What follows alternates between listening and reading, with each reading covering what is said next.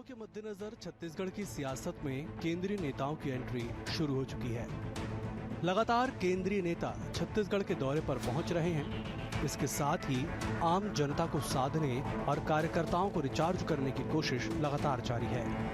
इसी को लेकर कांग्रेस के राष्ट्रीय अध्यक्ष मल्लिकार्जुन खड़गे आज बलौदाबाजार के दौरे पर पहुंचे, जहां उन्होंने विभिन्न योजनाओं के हितग्राहियों के खातों में ऑनलाइन राशि ट्रांसफर करने के साथ ही विभिन्न विकास कार्यों का लोकार्पण और शिलान्यास किया। मल्लिकार्जुन खड़गे ने कहा कि सारे कार्यक्रम अच्छे तरीके से भूपेश बघेल की सरकार चला रही है, उनका लाभ आप सभी को मिल रहा है। ऐसा कार्यक्रम शायद किसी राज्य में नहीं हुआ होगा। 23 साल में रमन सिंह को करते देखा नहीं होगा। सभी के लिए हम जो कर रहे हैं उसे देखकर बीजेपी वाले हैरान हैं। केंद्र सरकार ने मजदूर के कामों को कमजोर किया है। केंद्र सरकार ने अमीरों के लिए कानून मजबूत किया है। मजदूरों के लिए किसी ने सोचा है तो वो कांग्रेस पार्टी ने सोचा है।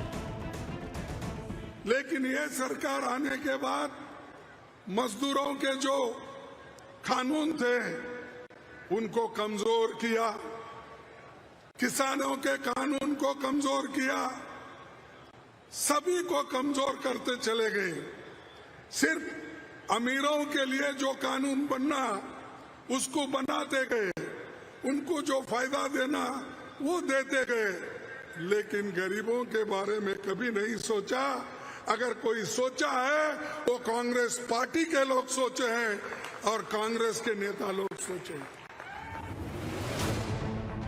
प्रदेश में एक तरफ जहां कांग्रेस बलौदाबाजार में बड़ा कार्यक्रम करके आम जनता को साधने की कोशिश करती नजर आई, तो वहीं दूसरी ओर केंद्रीय गृह मंत्री अमित शाह के साथ ही बीजेपी के राष्ट्रीय अध्यक्ष जेपी नड्डा भी छत्तीसगढ़ दौरे पर पहुंचे। इस दौरान अमित शाह और जेपी नड्डा बीजेपी के प्रदेश कार्यालय में प्रदेश के बड़े नेताओं की बैठक लेकर रणनीति बनाते हुए नजर आए। वहीं बीजेपी ने मल्लिकार्जुन खड़गे के दौरे पर निशाना साधा है। पूर्व विधानसभा अध्यक्ष प्रेम प्रकाश पांडे ने कहा कि चुनाव नजदीक आ गया है तो मल्लिकार्जुन खड़गे के माध्यम से भरोसे का सम्मेलन किया जा रहा है, क्योंकि सरकार से जनता का भरोसा उठ गया है।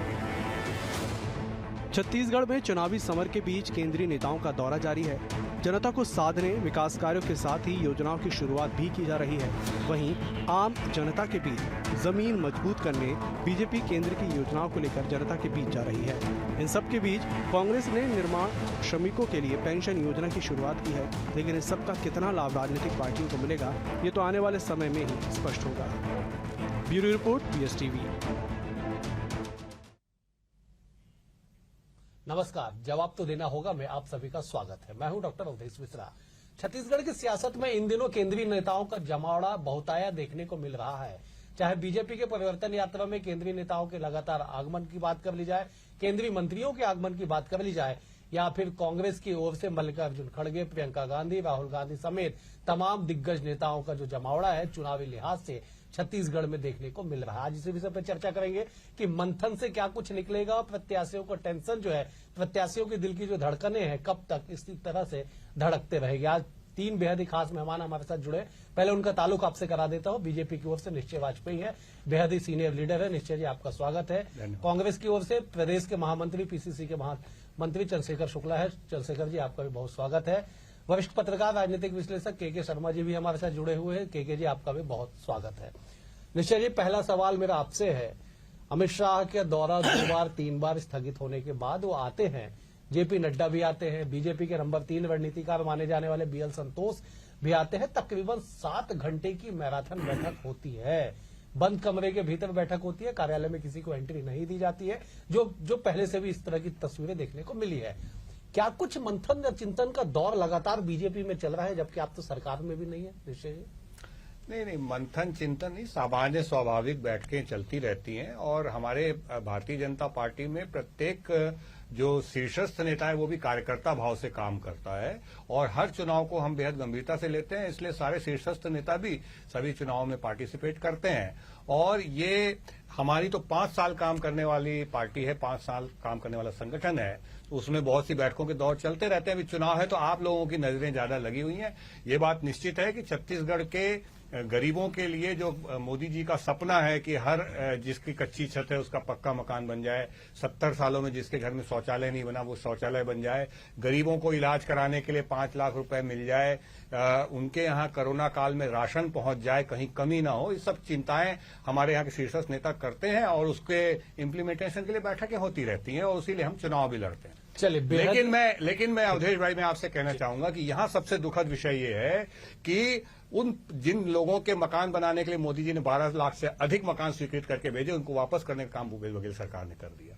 हमने देखा कि जो राशन उन्होंने भेजा 5 किलो प्रति व्यक्ति प्रति माह की दर से 3 साल तक, वो गरीब मजदूरों के राशन को ये बेच खाए। इन्होंने मजदूरों को, छोटे किसानों को, आम गरीब लोगों को नहीं दिया छत्तीसगढ़ के। इन्होंने सब प्रकार के घोटाले किए। इसलिए ये केंद्रीय मंत्री भी इस बात के लिए पूरी तरीके से चिंतित हैं कि जो यहाँ के गरीब हैं, छत्तीसगढ़ के गरीब हैं, जो मोदी जी का सपना है, जो उनकी नीति है, जो उनकी योजनाएं हैं, उसका लाभ उन तक पहुंचे। ठीक है, निश्चित करें, डबल इंजन की सरकार बनाए। मैं लौटूंगा आपके पास। डबल इंजन की सरकार, देश में तमाम जो उदाहरण है हमारे सामने है। चंद्रशेखर जी, ये बात भी सही है कि राहुल गांधी के हाथों जो आवास योजना है 6,99,000 लोगों के लिए पहली किस्त का भुगतान कर दिया गया। अब आप लोगों के ऊपर अभी भी आरोप लग रहे हैं कि आवास के पैसे लौटा दिए गए, 12 लाख लोगों को छत नहीं मिल पाई। 5 किलो चावल में भी जो गड़बड़ी की गई वो राज्य सरकार ने की, लोगों को चावल नहीं मिला, उसमें भ्रष्टाचार हो गया। ये तमाम आरोप प्रत्यारोप लग रहे हैं। दूसरी तरफ खड़गे जी आते हैं, आपके राष्ट्रीय अध्यक्ष है, वो आते हैं केंद्र से राज्य सरकार की योजनाओं की तारीफ करते हैं। नहीं अवधेश जी, केंद्र सरकार की योजना की तारीफ तो खड़गे जी ने कभी भी नहीं माफ कीजिएगा, मैंने राज्य कहा, राज्य सरकार की योजना की तारीफ कर। राज्य सरकार की योजना की तारीफ करना लाजमी भी, क्योंकि जिन अपेक्षाओं आशाओं के साथ प्रदेश की जनता ने हमें चुना, वो काम हमने करके दिखाया। जहां हमने कर्ज माफ किया, वहीं 2640 में समर्थन में धान भी खरीद रहे हैं। जो धान भारतीय से 10 का 5 क्विंटल करने वाली थी, 15 का 5-10 करने वाली थी, उसको हमने 15 किया और बढ़ा के 20 कर दिया।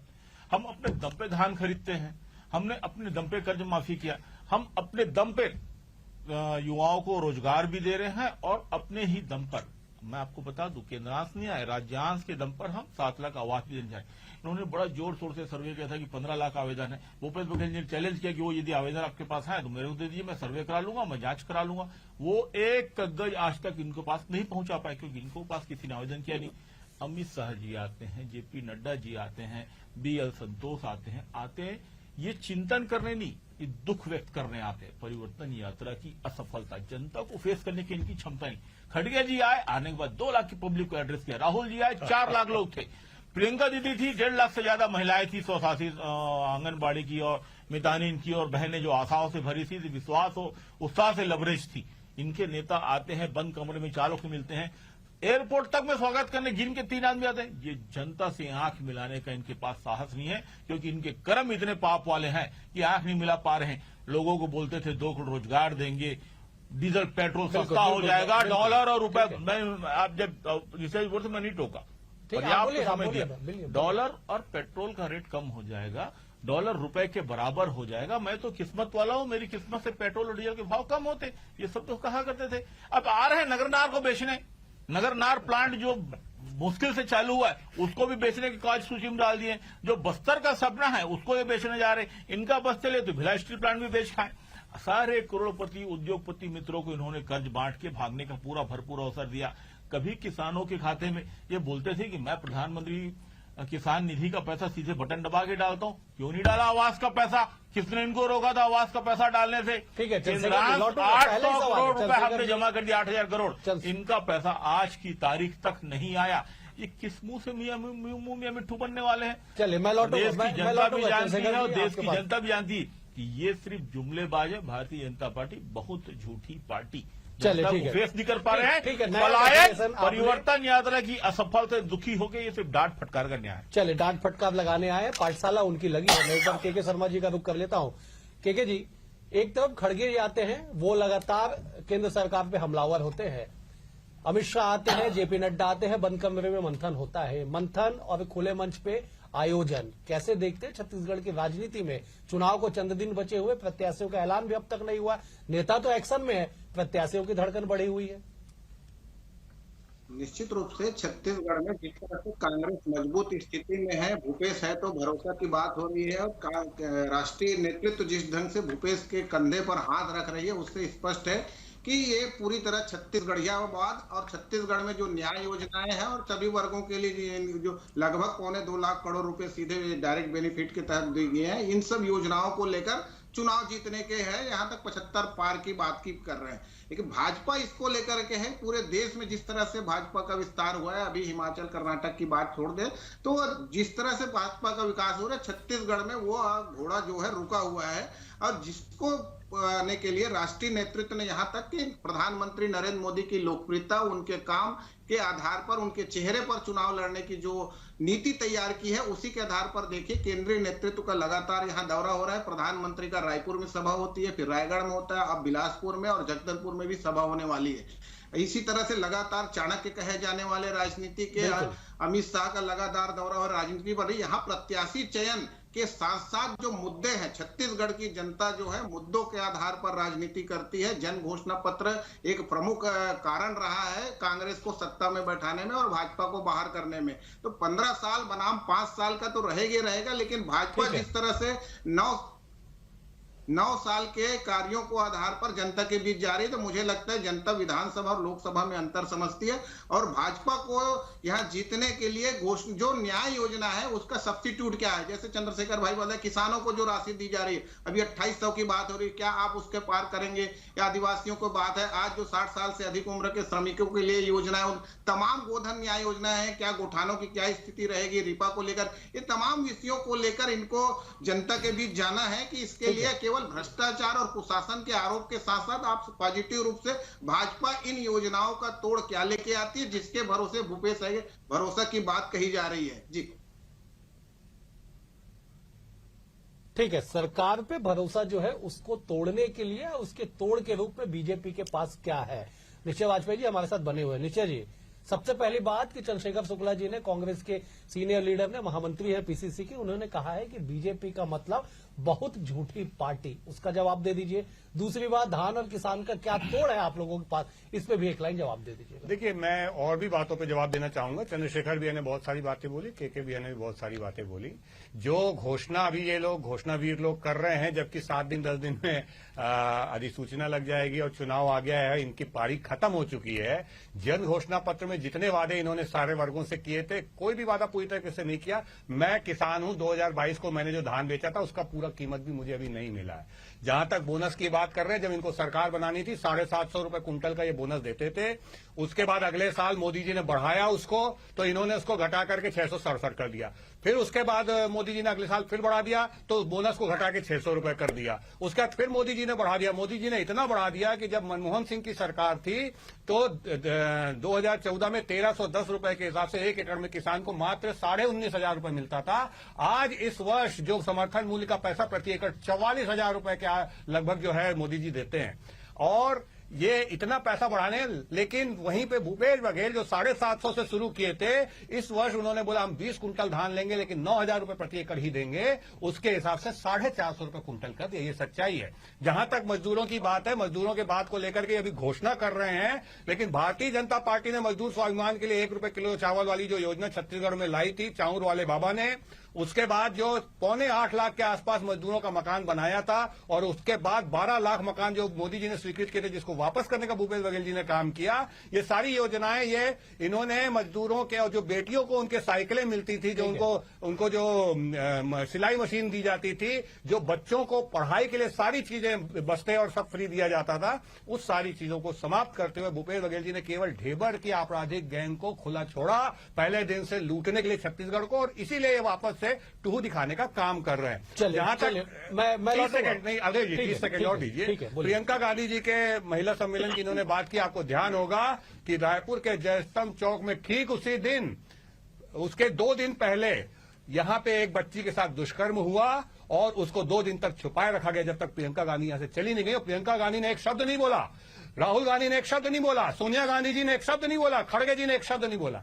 जहां तक खड़गे जी का सवाल है ना, तारीफों का, खड़गे जी को कोई गंभीरता से नहीं लेता।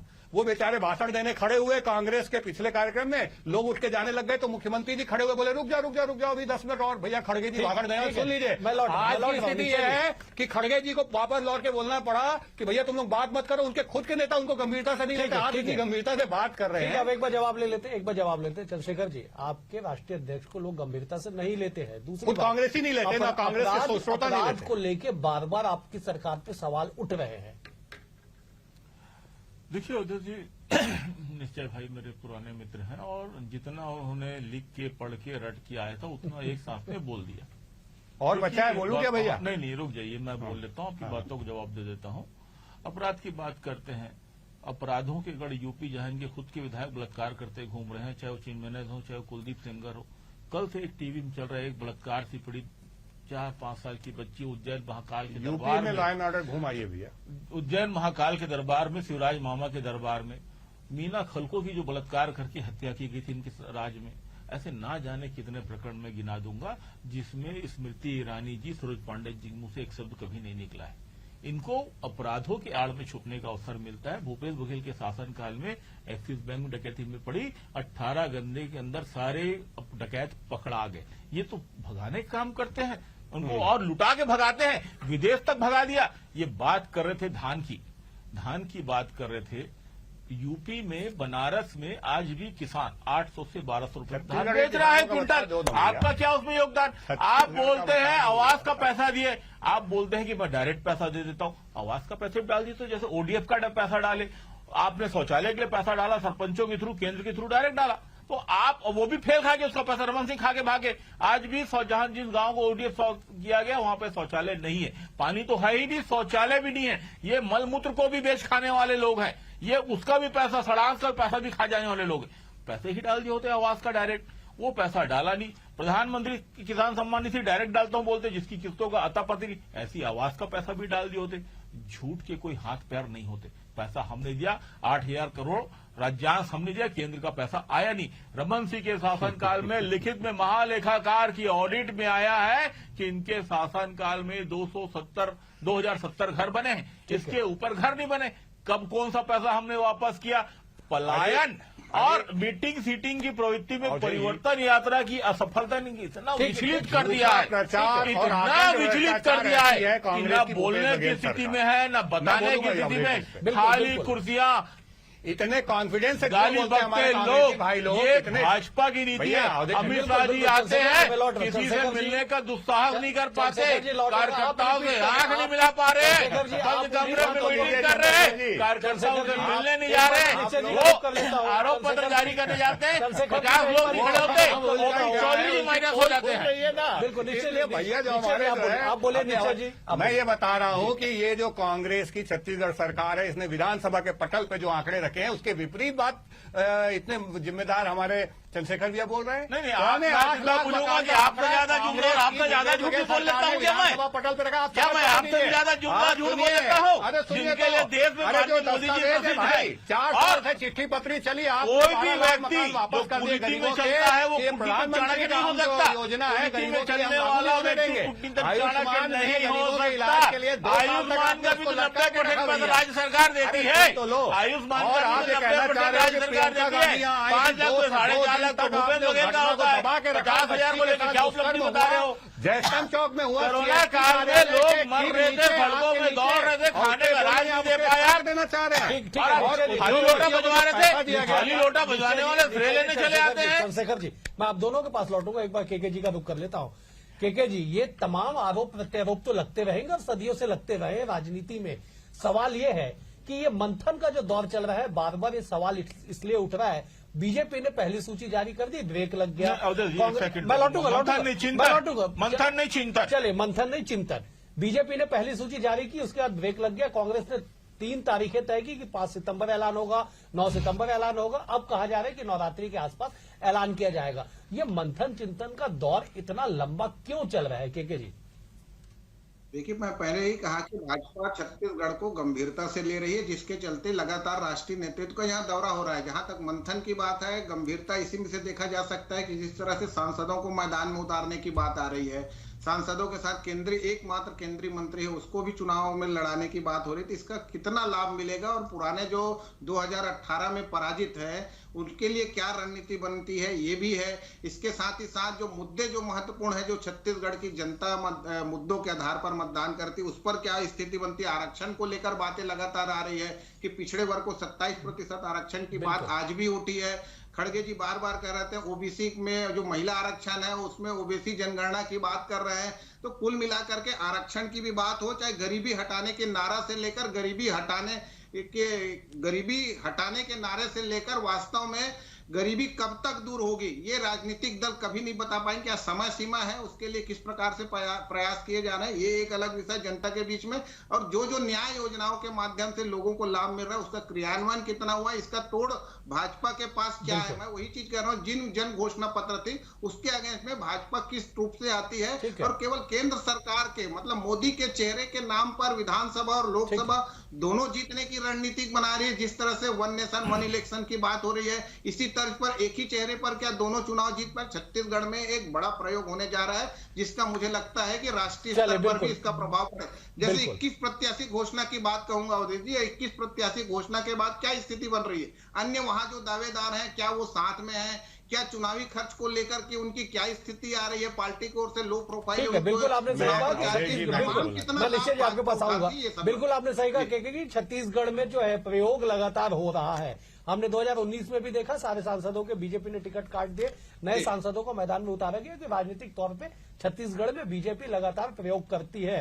चाहे 2003 की बात कर ली जाए कि रमन सिंह बतौर सांसद थे, उन्हें चुनाव लड़ाया गया और विधानसभा चुनाव जीते, उसके बाद मुख्यमंत्री बने। तमाम प्रयोग छत्तीसगढ़ में होते रहे। निश्चय जी आप जवाब दे दीजिएगा, लेकिन एक मेरा सवाल ये भी है कि जो प्रयोग आप लोग करने जा रहे हैं क्या उसमें सफलता मिलेगी, जनता आपके साथ है?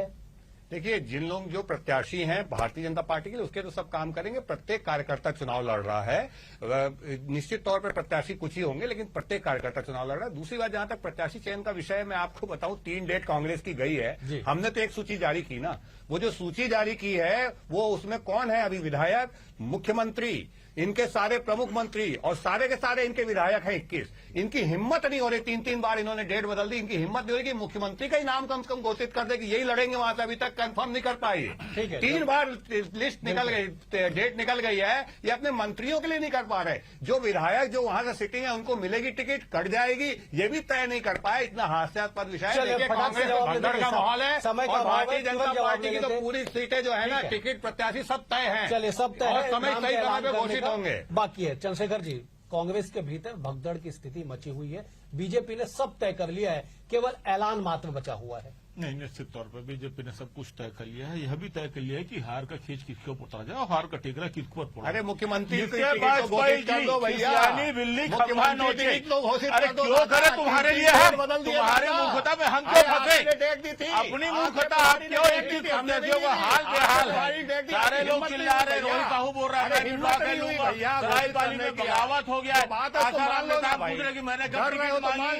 ये स्थिति है, डर मुख्यमंत्री को 19 लोग की हार है, इस 1.5 होशियारी में जाके मरे हैं। हमने कब कहा चुनाव के पहले हमारे प्रत्याशी डिक्लेयर हो जाएंगे और 75 पार हम जीतेंगे, 75 पार हम जीतेंगे। आपको कहीं भी निर्विरोध की स्थिति नहीं पैदा हो जाएगी, 75 पार हम जीतेंगे, चुनाव के पहले हमारे पैसे डिक्लेयर हो जाएंगे। आपने अपनी 1.5 होशियारी करी, चुनाव की लड़ाई आपकी थी नहीं। आपने जिस दिन टिकट डिक्लेयर किया उस दिन क्या कहा, हमारी तो महीनों से तैयारी चल रही थी, 21 के बाद क्यों थम गए, रोज आके अमित शाह जी क्यों पीट रहे हैं, रोज आके ईटिंग मीटिंग सीटिंग कर रहे हैं, रोज गालियों पक रहे हैं, मुद्दे पैदा कर नहीं पा रहे हैं, जनता के बीच जा नहीं पा रहे हैं। हमारा तो लगातार राजनीतिक कार्यक्रम चल रहा है, एक के बाद एक राजनीतिक आंदोलन चल रहा है। 2 तारीख शर्म की बात है, एक गार्ड देने वाले हैं, समेट के रह गया है, ये कुछ कर नहीं पा रहे हैं। ये हताशा में, निराशा में, डिप्रेशन में जा चुके। मोदी जी जिता नहीं पा रहे हैं, कर्नाटक हिमाचल हार गए, आने वाले 5 चुनाव और हार रहे हैं, तेलंगाना मध्य प्रदेश राजस्थान छत्तीसगढ़ मिजोरम। इनको समझ में आ गया कि चला चली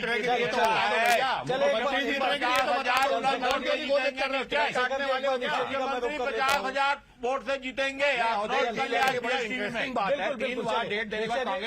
जोर है आप जाके गठन कूदो तो हम गठन क्यों कूदे, आपके पास क्षमता नहीं है, आपने व्यवस्था नहीं किया। मैं लौटूंगा आपके पास। निश्चय जी, मंथन चिंतन दोनों दलों में जारी है, क्या लगता है आप लोगों का दूसरी सूची कब तक जारी हो जाएगा? आपने कहा सब कुछ तय है, हारना ये कर देना। देखिए, एक हारना बात तो मैं तय आपको है, बता कर दे देता हूं, सूची जारी। भारतीय जनता पार्टी बड़े हारता बहुमत है, के कर साथ दे जारी। छत्तीसगढ़ में सरकार बना रही है। भाजपा की हार तय है, इसीलिए मंत्री और मुख्यमंत्री की भी हिम्मत नहीं हो रही है कि वो सामने आ जाए। आप ईडी की बात कर रहे सीबीआई हैं, सारे अभियान फेल हो गए। सही समय पे अब आपको बोरिया ये सूची पुस्तक देखने को समेट के मिल जाने जाएगी। का है और जैसे पिछली बार परिवर्तन यात्रा जैसे खुद पिछली की बार सम्मान इनको, खुद के द्वारा अचंभित किया परिवर्तन था। यात्रा ठीक है, कोई एकदम नहीं होगा, खाली निश्चय जी, कुर्सियां बता रही है, आपको कोई भाव नहीं दे रहा है। विषय जी, चंद्रशेखर जी, समय का अभाव है और नई चर्चा को हम लगातार जारी रखते। कुल मिला के है कि छत्तीसगढ़ में दोनों ही दल की ओर से चिंतन और मंथन का दौर लगातार जारी है। प्रत्याशियों के ऐलान पे अभी भी संशय की स्थिति है। नेता लगातार एक्शन मोड में दिखाई पड़ रहे, कार्यकर्ता जो है, प्रत्याशी जो है, उनकी सांसें अभी भी थमी हुई है कि उस 90 की सूची में उनका नाम होगा या नहीं होगा। इन तमाम चीजों के बीच लगातार केंद्रीय नेताओं का, केंद्रीय मंत्रियों का जो है छत्तीसगढ़ में जमावड़ा देखने को मिल रहा है और आने वाले समय में ये और भी तेज होगा, तब जाके चुनावी मैदान जो है पूरी तरीके से तैयार होगा। आज इस चर्चा में इतना ही। आप तीनों मेहमानों का बेहद शुक्रिया। चंद्रशेखर जी आपका शुक्रिया, निश्चय जी आपका शुक्रिया, के शर्मा जी आप भी जुड़े, आपका भी बेहद शुक्रिया। फिलहाल इस चर्चा में इतना ही, मुझे दीजिए इजाजत, नमस्कार।